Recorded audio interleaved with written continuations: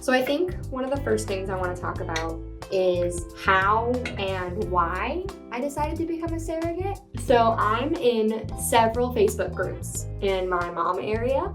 I'm in like the one associated with my area code. I'm in another one for like playground dates and stuff. And somebody posted in one of our mom groups that she had been a surrogate twice for this company, Giving Tree Surrogacy, and that she was now working as a case manager for them. So in her post, she talked about all of the different criteria that it takes in order to apply to become a surrogate, as well as kind of her own experience. She gave a very short excerpt about how she had healthy pregnancies, how her family was super supportive of her, and even talked a little bit about the compensation and what her and her family were able to do with it. And at this point, my son was about 5.5 years old.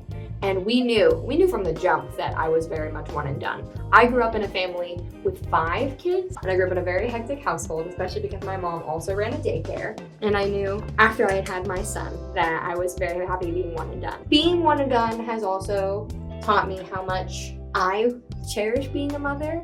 My son is everything to me now. He is 7 years old now, and I've loved every age that he's been. I've loved him as a baby, I loved him as a newborn, I loved him as a toddler, child, and now as an older child. Is very weird to me. I hold being a mother very near and dear to my heart.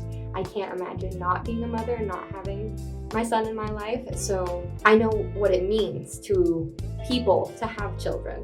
As a father, as a mother, as a parent, how much joy a child can bring to a life. And I knew with my history of my family and how well they carried babies that I could comfortably carry on another pregnancy and help another family grow. Whether it be just an intended mother, just an intended father, or a set of intended parents, however they come, I knew that I was ready and willing to do that for someone else if I could, because I know how happy it makes me to have a child. And so once I saw the list of criteria, I met all the age requirements, BMI requirements, my healthy history with my family and stuff. And then we passed the psych screening, and I knew after seeing the list of criteria that I was a good match and that this was something I could potentially be doing. So I ended up reaching out to that woman in the Facebook group and asked her about how I got started with all this. And so she led me to the Giving Tree website, where I was able to just apply right then and there on how to be a surrogate. And I heard back from Giving Tree, I think within a week. They saw my message on their website and were emailing me. I was already talking to somebody about sending in my medical records to make sure that I'm matched with everything and that I was still a good fit. And during that time that I was like in the really early trials of the surrogacy, like just making sure that I was gonna be able to move forward at all, I had looked at other surrogate companies, but they didn't seem to connect with me as much as Giving Tree did. So I never even applied for any other surrogacy companies. I only stuck with Giving Tree, and I was able to move forward with them the entire time, so I never had to worry about moving forward with another surrogacy agency. But I am very grateful for Giving Tree. They've made the process so easy, and every step of the way has been wonderful. I've been working with the same case manager for 90% of it. I've been working with Esther for all of it, and she has been my rock. She is my ride or die. She's become a very close friend of mine, so absolutely love my case manager and the company that I've worked with. The next big step was submitting all of my medical records, and that took several weeks for my hospital to send everything over. I really only had medical records from the one hospital because I lived in the same area. So even though it was only one hospital, it still took a decent amount of time for them to fax over everything. I know the fax itself was probably over 40 pages. So I don't know if the amount of pages led to the time, but it took several weeks for them to get them and then several weeks for them to go over them. So something I've learned with my surrogacy journey was to be patient, because when I applied, I was terrified. I was like, this is so exciting. This is going to be amazing. It's going to be a great journey. I can't wait to get started. But I was also like, I did not plan on being pregnant. Holy cow, what is this going to do for my life? What does this mean? So kind of having the process take a little bit longer than I thought was honestly beneficial to me, because it gave me time to kind of wrap my head around what is being pregnant like, because at this point my son was 5.5. Like I said, I hadn't been pregnant and 5.5 years. I didn't really remember anything. When I was pregnant, I was in my early 20s. I was 20 at the beginning of my pregnancy and gave birth at 21. So at this point I was 26, and God, 20 seems like so far away. So having to remember everything that comes along with being pregnant was a little scary, but I had the patience to stick with it. And after they did finally get through reviewing my medical records, they said, yes, you are a good fit for surrogacy. The next step for me personally was to go through my psych evaluation, which was a very interesting journey, mostly because they had this Minnesota test that I took and had over 500 true-false questions. And you print out this page of all 500 questions, and I went ahead and printed out the entire packet.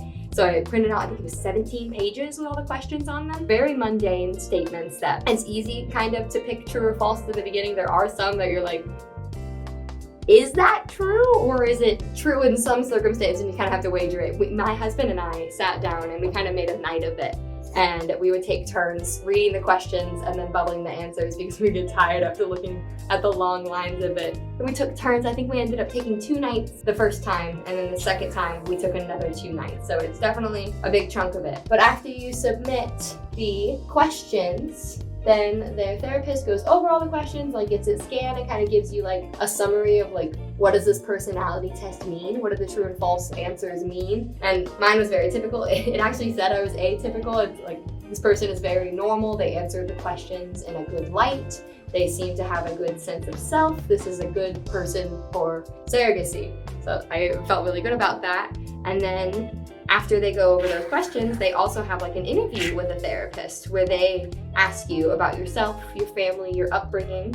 So I was asked about my family, my mother and father. Do I have a good relationship with them? Do they know about the surrogacy? Are they supportive of it? And then we talked about my siblings. We talked about my work. We talked about my husband's upbringing and whether or not his parents were supportive of the surrogacy.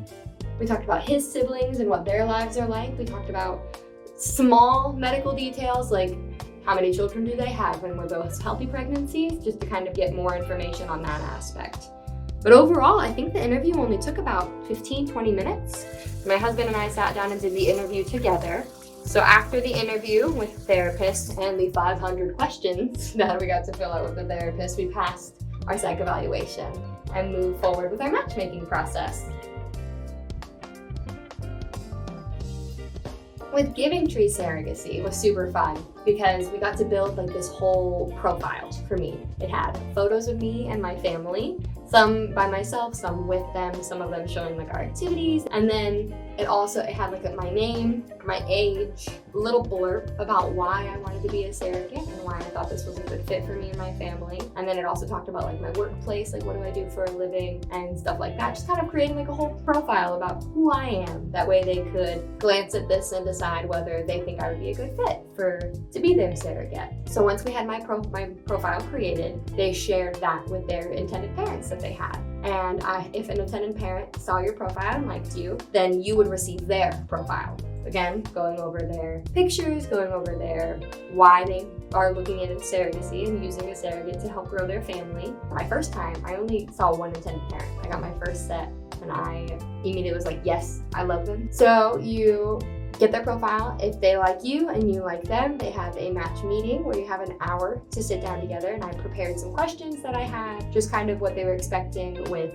birth, what they were expecting throughout the pregnancy, how often they want to talk. Are they looking for a really chatty surrogate who wants to talk to them all the time? Obviously, I was excited about sending photos and communicating with them, but I wasn't looking for a commitment where I would have to be talking to them multiple times a week.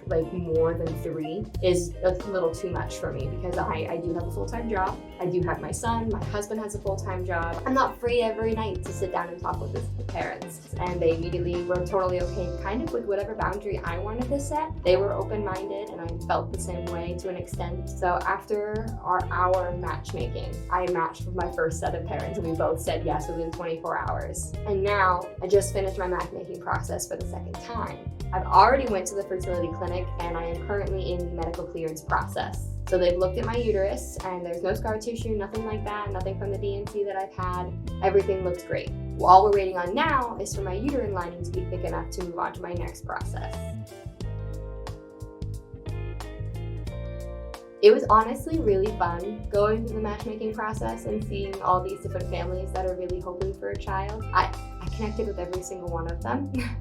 I understand all of their reasonings and what their lives were like. There's just small things that you have to take into account. So for me, one reason I said no to a family was because they only had one egg, and I was terrified of losing that embryo for them. So for me, that was a deal breaker. But I know for another surrogate, it wouldn't be. There's so many of us that are willing and happy to help a family. It's okay to be picky when choosing your intended parents, and intended parents, it's okay to be picky when choosing your surrogate. But maybe you're a set of intended parents that are looking for a surrogate that are willing to change their life to that extent. And there are surrogates that are willing because they know how important it is to you that your baby gets the nutrition that you want to provide and that you can provide through your surrogate. So it's very fun and interesting for intended parents to pick out a surrogate and the surrogates to pick out intended parents, because I really honestly believe that there's somebody out there for everybody. So I'm happy that I'm working with my second set of intended parents, and they were a really good fit. All of the questions were perfect. They fit my lifestyle perfectly. Like, we've agreed to chat at least once a week, or maybe even once every other week, not too terribly often, but definitely keeping up. I'm very quick about sending photos with my last surrogacy journey. Anytime I went to a doctor's appointment, I sent a photo of me and the bump, as well as if we did a heartbeat reading at the appointment. I would record the heartbeat, and within the hour of my appointment, typically I was outside of my appointment in the doctor's office parking lot, and I was getting the photos and the video ready, and I was sending it to them right away because I was just so excited and ready to share what content I had, because they're not with me every second of the day, so they don't get to see how the bump grows, and they don't get to hear that heartbeat live. So I know how important it is for them to see it as fast as they can, because I'm seeing it in real time and they're not. It was also fun and tricky trying to videotape the kicking of the baby. Last surrogate baby loved to kick me in my upper right ribs. I sit for my job because I'm a data entry specialist, and I sit in my chair 8 hours a day. And he loved to shove his little feet up into my ribs, and I'm spending half of the day massaging him out of my ribs. But at night, or whenever I got a chance to lay down, I would lay down and try to prop up the phone on my chin and try to bump him a little with my hand to make him do the kicks, so that I could videotape that and send it to them as well, because they don't get to see that in real time, and I like giving them little tidbits. I'm excited to do the same thing for my next set of intended parents as well. And that was another thing we kind of agreed on, was how often should they be expecting pictures, and can they ask other things of me? Giving trees some